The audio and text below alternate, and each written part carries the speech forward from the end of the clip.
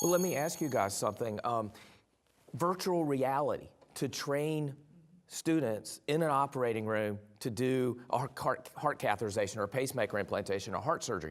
Not so much to move their hands, but to handle adversity. In other words, when things go wrong, how do you internalize fear and anxiety and make yourself a better caregiver to your patients? So I think virtual reality may be an option. Also, what about using technology, and I'll toss this to the group, for patient education? Because if you're an empowered patient, you're gonna be a better patient. Well, you know, how many times have we or caregivers handed that 45-year-old statin patient a tear sheet on what the side effects are, myalgia, all that kind of stuff, whatever category.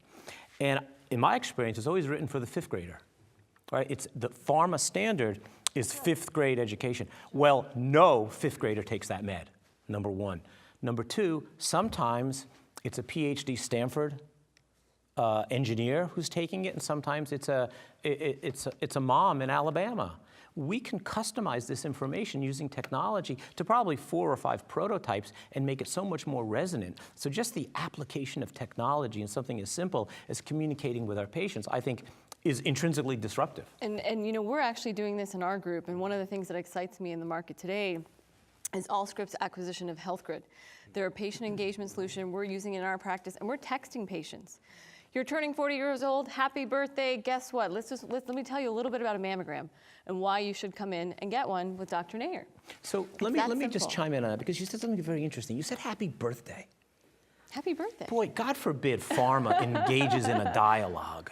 You know, social media is 80% social and 20% media, but pharma seems to focus on the ads, the pre-approved legal communication. So I think engaging in the dialogue fosters that disruptive communication process. Plus, the patients want to hear from the doctor, right? And a lot of my docs are sending postcards. Happy birthday, make sure you come in.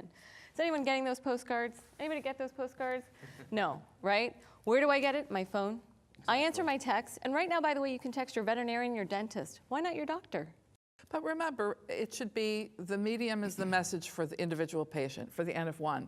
I still get postcards. I like postcards. I still make cards because I love doing that, but absolutely, I'm online as well. So I think with the technology, you can tailor to the N of 1, whether it's a text message for millennials, a postcard for the mom in Alabama you talked about, or some sort of a secure email message for the Princeton educator. So the medium is the message, but we can also customize the message. Yeah. And if I'm talking to an electrical engineer, I'm gonna do bar charts. I might even throw in a p-value.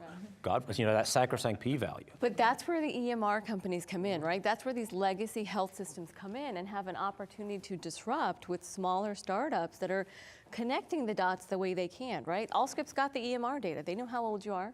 They know whether you like to go skydiving. They know if you've been in Hawaii, and maybe they will send you a postcard, Jane. But they can text you they can automate all of these things that John mentioned, which is, hey, remember to take that prescription. But the issue is, Allscripts, not singling them out, and all EMR companies are for-profit entities.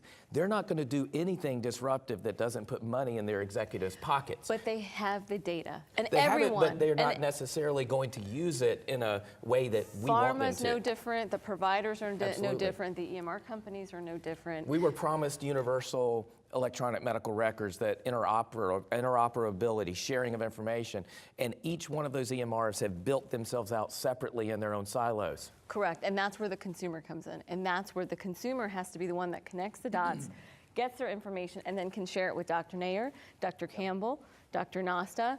I don't need the EMR company. I've got my own data. But here. there has to be a business case for that, though.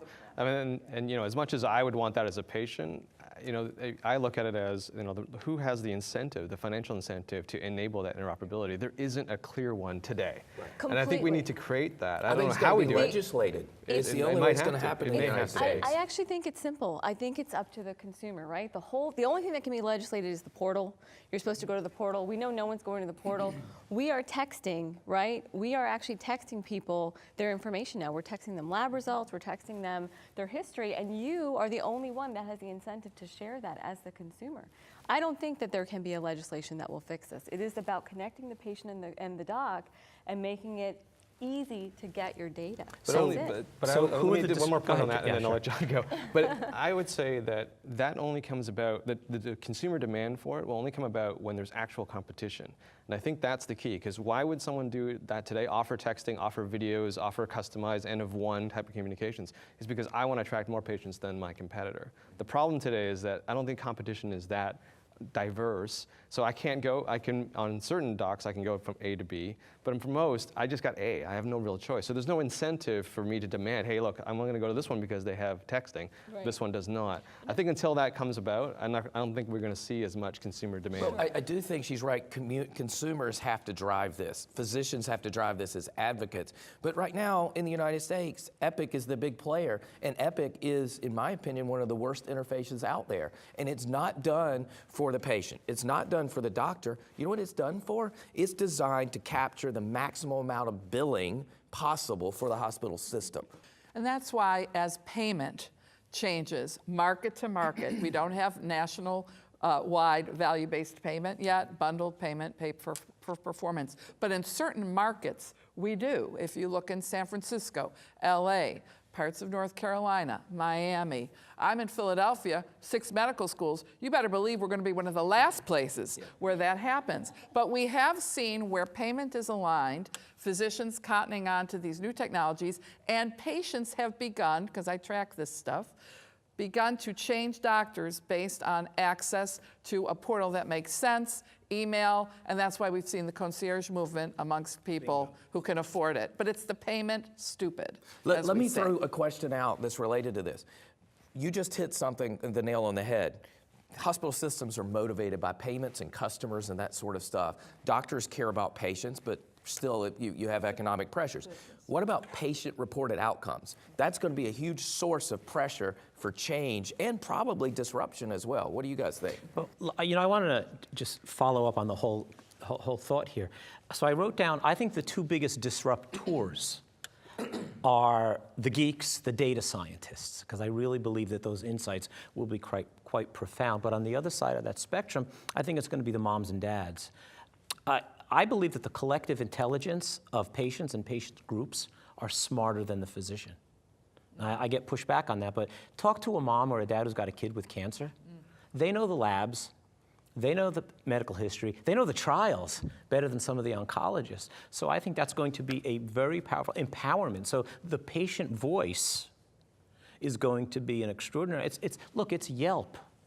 You know, it's going to go down that road where the government says we're not going to get paid the same unless we have certain metrics met with patient-reported outcomes, and I'm all for that. Listen, it's just like banking, right? We all now have access to a mobile bank, to an online bank, to an ATM. I don't even know the last time I went inside to a bank, right? Now, am I the best person to manage my money? I'm actually not really that good with financials, right? But I hire someone who is. So I think to John's point, patients need access to the data, and they may better manage it than many of the different stakeholders that are in the mix for them. They have every reason to. You know, a mom with a sick kid, they are the best patients you can possibly have because they are absolutely on top of it, but they need the data and the tools to be true advocates as patients.